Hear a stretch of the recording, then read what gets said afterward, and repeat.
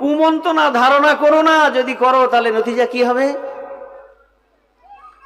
আমার ভাইয়েরা, হযরতে আজিজুল হাসান রাহমাতুল্লাহ আলাইহি তিনি একজন আল্লাহর ওলি ছিলেন, আল্লাহর এমন একজন বন্ধু ছিলেন।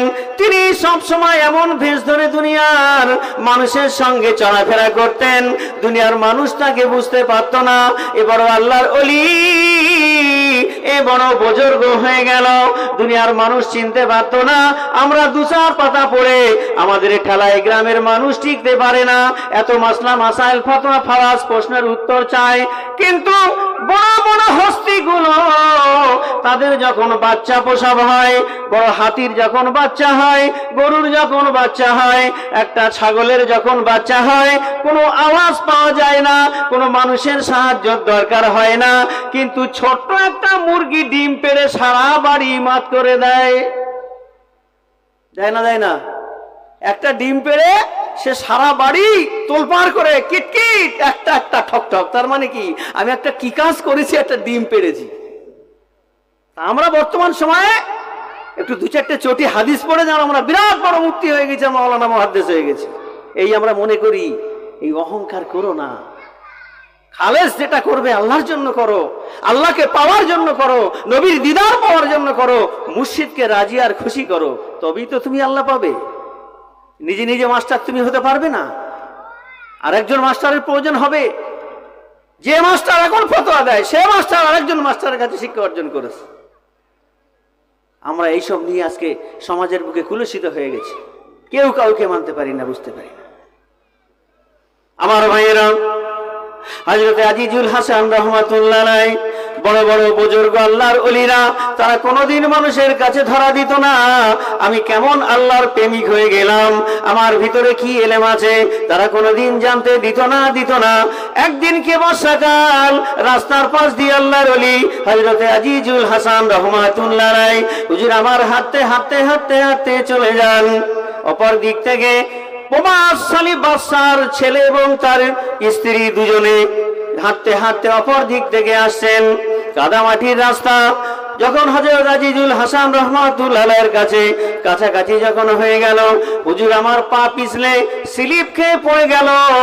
তার ওই স্লিপ খাওয়া পায়ের কাদা গিয়ে বাদশার ছেলের বউয়ের কাপড়ে যখন একটু লেগে যায়, বাদশার ছেলের মেজাজ কেমন চটে, আর সহ্য করতে পারলো না। যেহেতু সেই মেয়েটাকে সে ভালোবাসে, সে তার প্রেমিকাকে ভালোবাসে, প্রেমিকার মুখে যদি কাদা লেগে যায়, প্রেমিক সহ্য করতে পারে না।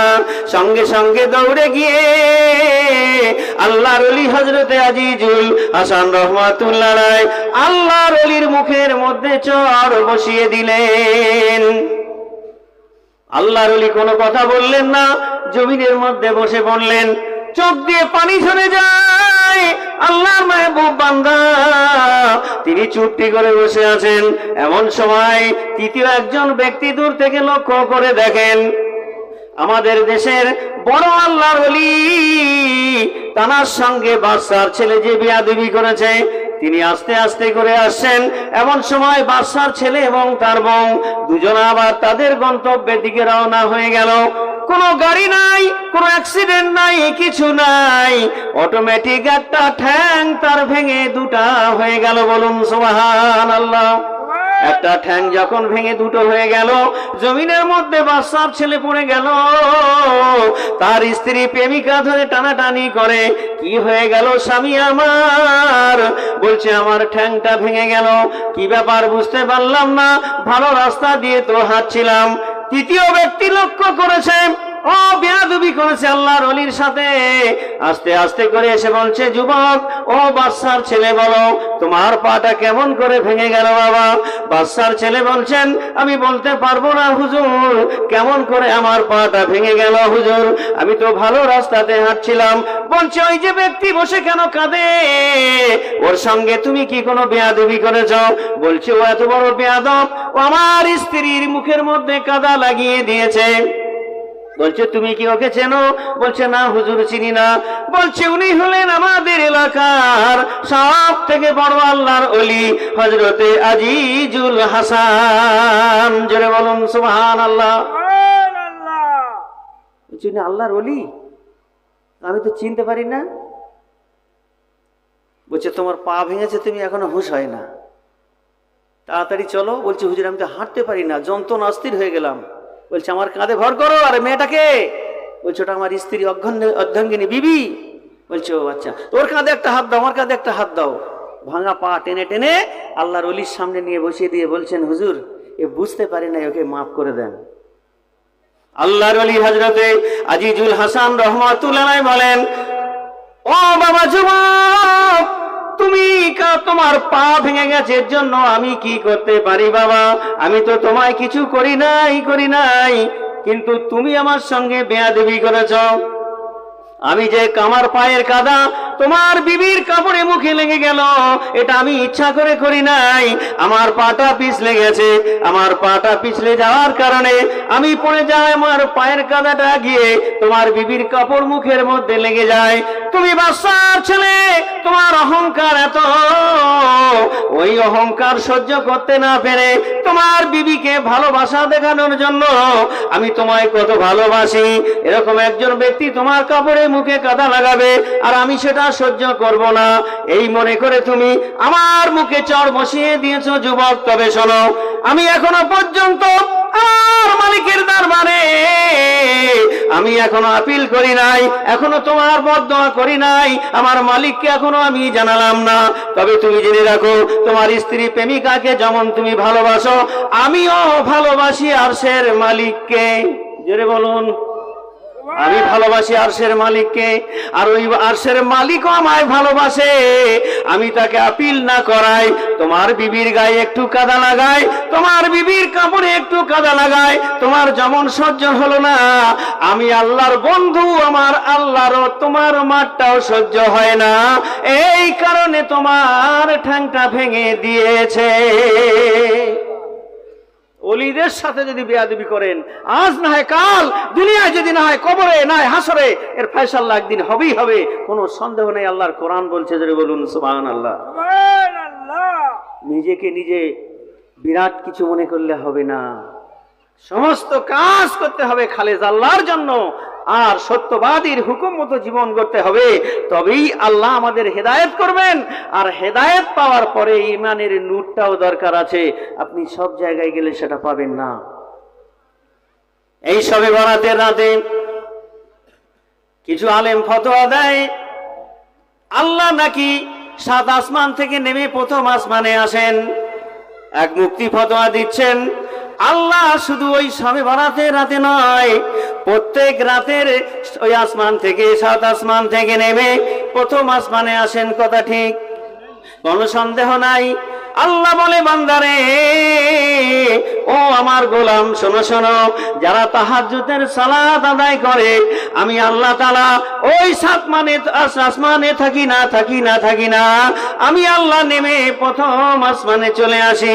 আমার বান্দাদের কান্নাকাটি, আমার বান্দাদের আর্তনাদ আমি আল্লাহ নিজে কানে শুনি। জোরে বলুন সুবহানাল্লাহ। আল্লাহ তো প্রতিদিনই আসে। এছাড়াও সবে বরাতের রাতে, সবে বরাতটা কি? আমার সন্ধ্যালিয়ার মানুষের কাছে সবে বরাত হচ্ছে রুটি বানাও, হালুয়া তৈরি করো, আর গোশের দোকানে কটা গরু যে ওই দিনকে জবাই হবে সে আল্লাহ ভেবে তার ভালো জানে, আমি হিসাব করে বলতে পারবো না।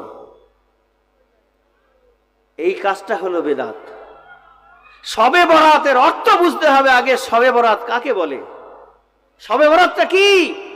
হালুয়া গোস্ত রুটি খাওয়ার নাম সবে বরাত নয়। সবে বরাতের অর্থ হলো, আমি সারা বছর ধরে গুনাহ করেছি, ওই রাতে কেঁদে কেঁদে আমাকে মাফ করাতে হবে, সেটার নাম হলো বরাত। তকদির চেঞ্জ করা। ওই সবে বরাতের 14 তারিখ রাতে মালাইকা ফেরেশতাদের হাতে মানুষের ভালো মন্দ, সুখ দুঃখ, অভাব অনটন, দুঃখ দুর্দশা, পেরেশানি, কে হজ করবে, সব ওই দিনকে লিস্ট বানানো হয় ওই সবে বরাতের রাতে। যদি সেই রাত্রে যারা ঘুমাবে, ওই 14 তারিখ রাতে যারা ঘুমাবে, নাক টেনে গোস্ত হালুয়া রুটি খাবে, দান করবে মনে করে সওয়াবের আশায়, আগরবাতি জ্বালাবে, আমার পাড়ার ছেলেদেরকে আজ থেকে সজাগ করবেন। এটা আমাদের দায়িত্ব। আমরা যদি না করি কাল কিয়ামতের ময়দানে সেদিন জবাব দিতে হবে। একটাও ছেলে যেন বাজি না ফোটায়, যে ফাটাবে তার কান পাট্টিতে চড় মারবেন। তাতে যদি তার বাপ মার কাছে হেনস্থ হতে হয় হোক, হেনস্থ এখানে হব, কিন্তু হাসরের ময়দানে যেন আমরা আল্লাহর দরবারে গ্রেফতার না হয়ে যাই। বাজি ফাটানো চলবে না। কোন ছেলে যদি এই পাড়ায় বাজি নিয়ে আসে ফাটায়, তার কান পাট্টিটা গরম করে একটা দেবেন, তাহলে দ্বিতীয় ছেলে কোনোদিন আর বাজি কিনবে না। এটা আমাদের দায়িত্ব, গার্জেনদের দায়িত্ব। এই গার্জেন যদি স্টেপ না নেয় তাহলে কিন্তু সেদিনকে ওই গার্জেনকে গ্রেফতার হতে হবে। ওই দিনকে গোস্ত খাওয়া নয়, গোস্ত খেতে হয় তার আগের দিন যত পারো খেয়ে নাও, তার পরের দিন খেয়ে নাও। ওই দিনটা আল্লাহ পাক 3টে ভাগ করে দিয়েছে, ভালো করে শোনেন একটু। সবে বরাত কি আমরা বুঝি না এখনো। হালুয়া রুটি বানিয়ে সবের আশায় বিতরণ করি, চলবে না ওসব চলবে না। সবে বরাত যেটা পেছনে চলে গেছিল 1 বছর হতে গেল, ওই সবে বরাতের রাতে আমাদের নামের লিস্ট বানানো হয়েছে, কার মৃত্যুটা কোথায় হবে, কোন জায়গাতে হবে। ওই রাতে যারা কেঁদে কেঁদে মালিকের কাছে রোনাজারি করেছে, আল্লাহ আমার হায়াত দারাজ করে দিও, আল্লাহ আমার মউতটা ঈমানের সঙ্গে দিও, ওযু অবস্থায় দিও, আল্লাহ তোমার জিকির করতে করতে দিও, আবে জমজমের পানি পান করতে করতে দিও, মোবারক লবঙ্গ শুকতে শুকতে দিও, আল্লাহ তোমার হাবিবের দিদার করতে করতে মৃত্যুটা দিও, 5 মুর্শিদকে মাতার শিয়রে দেখতে দেখতে দিও।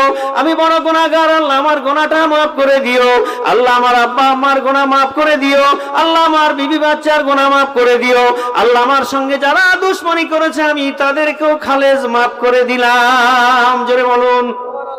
এই রাতে এমনি করে ইবাদত বান্দেগি করে যে বান্দাটা মানুষের জন্য কল্যাণের দোয়া চায়, যে তার সঙ্গে শত্রুতা করে তার গুনাহ মাফ করার জন্য দোয়া চায়, আমার আরশের মালিক আল্লাহ পাক রব্বুল আলামিন বলেন, বান্দারে তোমার সঙ্গে যারা জুলুম করেছে, তোমার সঙ্গে যারা অত্যাচার করেছে, তোমার উপর যারা অন্যায়ভাবে অপ্রহার করেছে, তুমি যদি আমার হস্তে মাফ করো, আমি আল্লাহ তোমাকেও মাফ করে দিলাম। মানুষকে যদি বিনা অপরাধে আপনাকে মারে আর যদি আপনি মাফ করে দেন, আল্লাহ খুশি হয়ে তার আরশে আজিমের দরজা আপনার জন্য উন্মুক্ত করে দেয়। বলুন সুবহানাল্লাহ। ওই রাতটা আমরা মনে করি হালুয়া রুটি খাওয়ার রাত না, ওই রাতটাকে 3টে ভাগ করা হয়েছে। প্রথম শবে বরাতের রাত যেদিন চলে যাবে, ওখান থেকে 1 সপ্তাহ আল্লাহ হিসাব করে গুনে গুনে জুম্মার দিন যখন আসবে, বান্দা 1 বছরের গুনাহ খাতার কথা মনে করে যদি জুম্মার নামাজে গিয়ে বলে, মালিক গো আমি অন্যায় করেছি, অপরাধ করেছি, জেনে করেছি, না জেনে করেছি, বুঝে করেছি, না বুঝে করেছি, আল্লাহ তুমি গফুরুর রহিম, দয়াময়, দয়া করে তুমি আমায় মাফ করে দাও। বান্দা যখন 2 ফোঁটা চোখের পানি ফেলে দিয়ে আল্লাহর কাছে ভিক্ষুকের মতো কাঁদে আর রোনাজারি করে বলে, মালিক এই সন্ধ্যালিয়ার গ্রামে যত মানুষ আছে আল্লাহ সবার থেকে নিকৃষ্ট গুনাহগার হলাম আমি। এই নিজেকে যখন এত ছোট মনে করতে পারে, নিজেকে যখন মিটিয়ে দিতে পারে, কবি শেখ সাদি रहमतुल्लाह अलैहि বলেন, मिटा दो अपनी हस्ती को अगर कुछ मर्तबा चाहे, दाना खाक में मिलकर गुले गुलजार हो जाए। জোরে বলুন সুবহানাল্লাহ। আপনারা চাষ করেন, বোঝাতে অসুবিধা নাই। ধান যখন ফেলেন শুকনো জমিনে ফেলেন নাকি কাদামাটি করে ফেলেন? আজান হচ্ছে। রাত এত গুরুত্বপূর্ণ। ওই 1 সপ্তাহে যদি বান্দা ক্ষমা চায় তাহলে আল্লাহ ক্ষমা করে দেন, যদি না চায় আল্লাহ সুযোগ দেয় 3 মাস অন্তত পরে যদি সে ক্ষমা চায় তাহলে ক্ষমা করে দেন, যদি না চায় ওটাকে আবার 9 মাস চলে যায়, 9 মাসে গিয়ে যদি ক্ষমা চায় তাহলে আল্লাহ ক্ষমা করেন, যদি না হয় শবে বরাতের রাত, ওই রাতে যদি ক্ষমা চায় তাহলে ভালো, যদি না চায় ওটা আর কোনোদিন মোছা হবে না, ওর গুনাহটা ওর খাতাতেই থেকে যাবে। তাহলে এত সুযোগ আমাদের দিচ্ছে, আর ওই রাতে কয়েক শ্রেণীর মানুষের দোয়া কবুল হবে না। ও যত নামাজ পড়ুক, যত রোজা রাখুক, ও দান করুক, যাকাত দিক, কয়েকটা শ্রেণীর মানুষের দোয়া কবুল হবে না। 1 নম্বর, পিতামাতার নাফরমানের দোয়া কবুল হবে না। যারা হিংসুক, অন্যের উন্নতি দেখে নিজে অহংকারে জ্বলে যায়, কারো ভালো দেখতে পারে না, কারো খাওয়া পড়া ওঠা বসা চলাফেরা ভালো দেখতে পারে না, কারো একটু উন্নতি হচ্ছে সেটা দেখে তার সহ্য হয় না, কারো দুতলা তিনতলা হচ্ছে তার হিংসায় ভেতরে জ্বলন হচ্ছে, ও যত নামাজ পড়ুক আর রোজা করুক না কেন তার দোয়া কবুল হবে না। আর সারাবখোরের দোয়া কবুল হবে না। এরকম আরো কয়েক শ্রেণী আছে, এদের দোয়া এরা যত যাই করুক এদের দোয়া কবুল হবে না। এছাড়া বাকি ওই রাত্রে জেগে আল্লাহর কাছে যারা রোনাজারি করবে, আল্লাহ তাআলা 1 বছরের গুনাহ খাতা মাফ করে দেবেন। জোরে বলুন সুবহানাল্লাহ। আল্লাহ পাক বলছেন, কুলিয়া ইবাদি আল্লাযী আসরাফু আলা আনফুসিহিম লা তাকনাতু মির রাহমাতিল্লাহ ইন্নাল্লাহা ইয়াগফিরুয যুনুবা জামিয়া ইন্নাহু হুয়াল গফুরুর রহিম। হ্যালো, আচ্ছা ঠিক আছে, তুমি নাস্তা করে নাও, চট করে আমি এখন আজান দিয়ে দিচ্ছি। 8টায় জামাত করবো, ঠিক আছে? 8টায় একটু করে না, ওখানে কেন, এখানে এসে পড়বে, না হলে আমি পড়িয়ে দিচ্ছি, তুমি খেয়ে খাওয়া দাওয়া করে। হ্যাঁ, আল্লাহ বলছেন মানুষ তালাশ করছে তোমাকে শাস্তি দেওয়ার জন্য, আর আমি আল্লাহ তোমাকে খুঁজছি তোমাকে মাফ করার জন্য। জোরে বলেন সুবহানাল্লাহ। আল্লাহ বান্দাকে খুঁজছে। কিরকম খুঁজছে? বান্দা যদি আল্লাহর দিকে ফিরে আসে, আল্লাহ বলছে বান্দা যদি আমার দিকে 1 হাত আসে আমি 2 হাত তার দিকে যাই। সুবহানাল্লাহ বলেন। এরপর বান্দা যদি 2 হাত আসে, আল্লাহ বলছে আমি 1 বিঘা 1 হাত পরিমাণ যাই। বান্দা যখন হেঁটে আসে আমি দৌড়ে দৌড়ে তার কাছে যাই। সে যখন আমাকে তালাশ করে আমি আল্লাহ তার সামনে গিয়ে সালামের জবাব দিই। জোরে বলুন সুবহানাল্লাহ। সেই আল্লাহকে ভুলে আজ সন্দালিয়ার মতো জায়গায় বলতে গেলে লজ্জায় মাথা পুঁতে যায়। বিভিন্ন এলাকায় গেলে বলে আপনারা ওয়াজিন, আপনার সন্দালিয়াতে সুদে ভরপুর, বলতে লজ্জায় মাথাটা মাটিতে পুঁতে যায়। আজ মুসলমান মনে করছে এই সুদটাই আমার কাছে বিরাট ব্যাপার, এই বন্ধন কোম্পানি যদি না আসতো আমি বাড়ি করতে পারতাম না। যেই মুসলমান এটা মনে করলো, সঙ্গে সঙ্গে তার ঈমানটা চলে গেল। আল্লাহ পাক তার সৃষ্টির 40,000 বছর আগে তার ভাগ্য লিপিবদ্ধ করেছে। ভালো মন্দ কিভাবে তার জীবনযাপন হবে না হবে সেটা আল্লাহই লিপিবদ্ধ করেছে। এর উপরে যদি বান্দা এখন লটারির টিকিট কেটে ধনী হতে চায়, বন্ধন কোম্পানির টাকা নিয়ে যদি বাড়ি বানাতে চায়, বউকে বিবিকে বন্ধক দিয়ে দেয়, এদের বাড়ির পানি পর্যন্ত হারাম। এরা কুরবানি দেবে, এরা যাকাত দেবে, এদের টাকা শুদ্ধ নয়। যৌথ ফ্যামিলি যদি থাকে, নেক কাজ যদি করে, তাহলে টোটাল ফ্যামিলিকে নামাজি হতে হবে, প্রত্যেকের টাকাটা হালাল থাকতে হবে। কুরবানি দিচ্ছ, খুব বড় মস্তানি হচ্ছে। হ্যাঁ, আমি একটা বিরাট বড় গরু কুরবানি দিয়ে দিলাম, অথচ আমার ফ্যামিলি নামাজ পড়ে না। যৌথ ফ্যামিলি একসঙ্গে, তারা নামাজ পড়ে না, তাদের টাকারও ঠিক ঠিকানা নেই, অথচ সেই সব টাকা নিয়ে আমি কুরবানি দিচ্ছি আল্লাহর হস্তে। এটা আমারও দায়িত্ব আছে। হাসরের মাঠে একদিন আল্লাহ আমাকেও ধরবে, তুমি বারণ করোনি কেন? এই জন্য আমি আমার গ্রামবাসীকে আমি সজাগ করতে চাই। আমি আল্লাহর হস্তে বলতে চাই, যাদের ভিতরে সমস্যা আছে তারা ওই সমস্ত কাজগুলো করতে যাবেন না, আগে পরিষ্কার হয়ে যান। আল্লাহ বলছেন এই কুরবানির সিস্টেমটা কি? আল্লাহ বলছেন, আল্লাহ পাক রব্বুল আলামিন কোরআনে বলছেন, কুল ইন্না সালাতি ওয়া নুসুকি ওয়া মাহিয়ায়া ওয়া মামাতি লিল্লাহি রাব্বিল আলামিন। এই দোয়াটা পাঠ করে কুরবানি হালাল করতে হয়। এর শুরুতে কি বলেছে? কুল ইন্না সালাত। আল্লাহ বলছে, এই বান্দা আগে নামাজ কায়েম কর। জোরে বলুন সুবহানাল্লাহ। সালাত মানে নামাজ। কুল ইন্না সালাত, আগে তুমি নামাজ পড়ো, নামাজ কায়েম করো। নামাজ নাই, আমিও যদি পড়ি, আমার ছেলেরা পড়ে না, আমার মেয়েরা পড়ে না, আমার বিবি পড়ে না, হবে না। ভালো কাজ যদি করতে হয়, ভালো পাত্রতে ভালো মাল রাখতে হবে।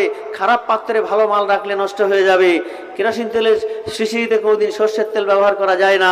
সর্ষের তেল কিনতে গেলে ভালো পাত্র দরকার হয়। ঠিক তেমন আল্লাহ পাক বলছেন, কুল ইন্না সালাত, তুমি আগে নামাজকে প্রতিষ্ঠা করো। সালাতি অনুসুকি, তোমার জীবন, তোমার যৌবন, তোমার হায়াত, তোমার মউত, তুমি যে পশুটা আমার রাস্তায় দিচ্ছ, এটা একমাত্র উৎসর্গ হবে লিল্লাহি রাব্বিল আলামিন। আমি আল্লাহ, আমার জন্য, অন্য কারো জন্য না, লোক দেখানো না। এখন আমরা বর্তমানে কি করি? গরু একটা কিনে ওখান থেকে লাল মালা গলায় দিয়ে আনি না? ওটা চলবে না। মালা লাগানো চলবে না। মালা দেওয়া যাবে না। এরপর গরুটা কতটা ওজন হবে আমরা আগেই থেকেই দাড়ি পাল্লাই ওজন করছি। ও বলছে 120 কিলো, ও বলছে 200 কিলো, ও বলে 150 কিলো, ও বলে 160 কিলো। এইসব কেন? কেন এইসব খামোখা এইসব যুক্তি কেন? আরেকজন বলছে আমি বলে দিচ্ছি তোর এটা হবেই, এই 110 কিলো হবে। আল্লাহর উপরে হুকুম জারি করা, ইনশাল্লাহ তো বলো না। এইসব আমাদের মধ্যে যে খোয়াইশগুলো আছে, আল্লাহ যেন এগুলো থেকে আমাদের ফারেজ হওয়ার তৌফিক দান করেন। বলে আল্লাহুম্মা রাব্বানা আমিন। আল্লাহর রাস্তায় কাজ করবেন আল্লাহকে খুশি করার জন্য।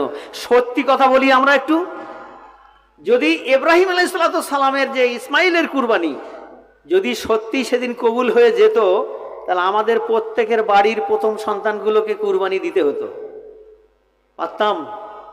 এই জন্য পশুটাকে আগে থেকে এনে বাড়িতে, তার প্রতি একটা মায়া মহব্বত হবে, তার প্রতি একটা স্নেহ আসবে। নিজের হাতে করে সন্তানের মতো ওই পশুটাকে লালন পালন করতে হবে। যাদের জায়গা নাই সেটা ভিন্ন কথা, কিন্তু যাদের আছে তারা তো সেটা করতে পারে।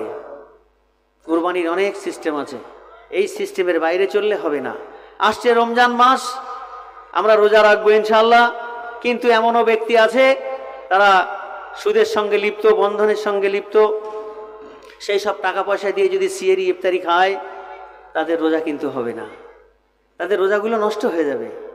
রোজা হয়তো হয়ে যাবে, তাকওয়া নষ্ট হবে। তাকওয়া কি? আল্লাহর ভয়। আর আমার মধ্যে যখন আল্লাহর ভয় থাকবে, তখন আমি হারাম মালে হাত দিতে পারবো না, হারাম জিনিস খাওয়া যাবে না। হারাম জিনিস যখন আমি খেয়ে ফেলি, অনেকে আমার গ্রামবাসীরা করে, প্রতিবেশী পাশাপাশি থাকলে কেউ শাকসবজি দেয়, কেউ কুমড়ো দেয়, বিভিন্ন জিনিস দেয়, কিন্তু আগে তো তাকে যাচাই করা উচিত যে আমি একজন নামাজি, আমি একজন পরেশগার। তাহলে আমার পরেশগার করতে গেলে আমার ভেতরে যদি আল্লাহর ভয় থাকে, তাহলে সেই যে ব্যক্তির মালটা আমি নিচ্ছি সে নামাজ পড়ে তো, তার কোনো সমস্যা নেই, জমি বন্ধক দেয়া নেই তো। এগুলো যাচাই বাছাই যারা করে না, তাদের দিল মুর্দা হয়ে গেছে। যারা এগুলো যাচাই বাছাই করে, এই যাচাই বাছাই করাটা করে যদি আপনি চলতে পারেন, তাহলে ইনশাল্লাহ আপনার জীবনটাও ফুলের জীবন হবে। এই জন্য আমার গ্রামবাসীদের আমি বলতে চাই, সুদের সঙ্গে যারা জড়িয়ে আছে তাদের ভয়ঙ্কর পরিস্থিতি সেদিন হবে, ভয়ঙ্কর পরিস্থিতি হবে।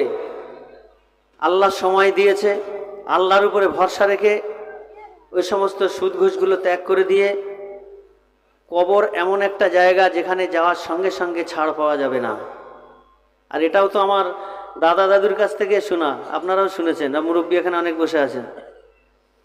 গরুর গায়ে আটুলি ধরলে 7টা সুদখোরের নামে ফু দিয়ে সুতো বাঁধলে পোকাগুলো নেমে যেত। কথা ঠিক না ভুল? আর বলো না কেন গো? 7টা সুদখোরের নাম করে সুতোয় ফু দিয়ে বেঁধে দিলে ওই আটুলি পোকাগুলো গরুর গোস্ত না খেয়ে নিচে নেমে যেত। কেন? সুদখোর এত নিকৃষ্ট, ও ফুক দিয়ে আমার গরুর গায়ে বেঁধে দিয়েছে, গোস্ত আমরা আর খাবো না। এই জন্য পোকাগুলো নিচে নেমে যায়। আর সেই মালাজ মুসলমান খাচ্ছে, হ্যাঁ, সেই মালাজ মুসলমান খাচ্ছে, নিকৃষ্ট জিনিস খাচ্ছে, পচা জিনিস খাচ্ছে। এটা একটু ভেবে দেখে না, মনে করছে গোশ মাছ ডিম ডাল তো ভালো জিনিস তো, কিন্তু তোমার টাকাটা তো অবৈধ হারাম। জিনিসটা তো কোনো সমস্যা নেই, চাল চালই আছে, ডাল ডালই আছে, কিন্তু তোমার টাকাটা হারাম হওয়ার কারণে ওই মালটা হারাম হয়ে গেছে। আবার এক শ্রেণীর মানুষ বলে, তোমাদের দরবারে তো শুনেছি অনেক সব সুদের টাকা নাকি সব চিলকাল শৌখিনকে খাওয়ায়, তো আমাদের দেও না, আমরা কল, বাথরুম, রাস্তা পায়খানা করে দেবো, মেয়ের গরিব মানুষের বিয়ে হয় না সেখানে দেবো। আচ্ছা বলুন তো ভাই, আমার জন্য যেটা বিষ সেটা অন্যের জন্য তো বিষ নাকি?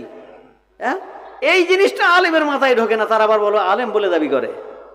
সুফি আদান গাছি রহমতুল্লাহ, এই বর্তমান সময় যদি আল্লাহ পাক তাকে জামানার মুজাদ্দেদ করে বাগমারিতে না পাঠাতেন, আজকে মানুষ সত্যের নিশান বলে কিছু বুঝতে পারতো না, কি হারাম কি হালাল বুঝতে পারতো না, তাকওয়া পরেশগারি বুঝতো না, কোনো পার্থক্য বুঝতো না, নামাজ বিনা কাজায় পড়তে হয় এটা বুঝতো না। সুফি আদান গাছি রহমতুল্লাহের বাদ বাবদ করতে আজ মানুষ বিনা কাজায় নামাজ পড়াটা শিখেছে। বলুন সুবহানাল্লাহ। আল্লাহ পাক রব্বুল আলামিন আমাদের সবাইকে যেন শোনার থেকে বেশি বেশি করে আমাদেরকে আমল করার তৌফিক দান করেন। এখন আজান হবে, তারপরে জামাত হবে ইনশাআল্লাহ। আমার বলা ভাষার মধ্যে যদি ভুল হয়, আল্লাহর